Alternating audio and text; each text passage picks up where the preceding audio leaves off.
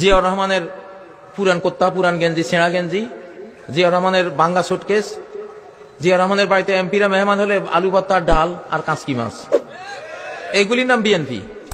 এগুলি খাঁটি বিএনপি, জিয়ার বিএনপি। জিয়ার এই নীতিটা ঠিক ছিল, সুন্দর ছিল, ঠিক নয় কি? জিয়ার সাথে আমি হেজবুল বাহার জাহাজের 3 দিনের সফরে ছিলাম।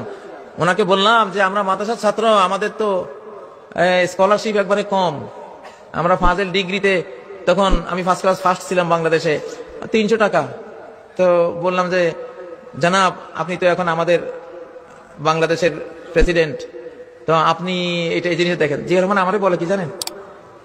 আচ্ছা তুমি বলো তো, ওলা তাশতারু বিআয়াতি সামানান কালিলা, এটার অর্থ কি? আমাকে উনি বললেন লা তাশতারু বিআয়াতি সামানান কালিলা, আমার আয়াতের বিনিময়ে স্বল্প মূল্য নিও না, মানে গোটা পৃথিবী নিলেও তো কম হবে। জিয়া সাহেব আমাদের বলতেছে এটার অর্থ। বললাম এটা হলো যারা আয়াতের ভুল ব্যাখ্যা করে পয়সা খায়, আসলে ওইটা, কিন্তু এটাও সিটা লাগে আর কি। হেসে দিয়ে, আমরা তো তখন ছোট্ট বাচ্চা, আমার বয়স কত ছিল? 16 বছর বয়স, কিন্তু আমার জামাটা ছিল সবচেয়ে লম্বা। ভার্সিটির একটা মেয়ে দেখে বলতেছে, কই এইটা এই বয়সে এত লম্বা জামা গায়ে দিয়েছে, বড় হয়ে কি করবে? তো সে যদি আজকে আমার এই বক্তৃতা শুনে দেখতেছে, তো আমি কি করতেছি বড় হয়ে। আলহামদুলিল্লাহ, জিয়াকে আমি দেখেছি, খুব কাছ থেকে দেখেছি। উনি ভেতরে খুবই আল্লাহওয়ালা টাইপের মানুষ ছিলেন, নামাজি কালামি ছিলেন, ইমানদার ছিলেন। তো এবং তিনি দেশপ্রেমিক ছিলেন।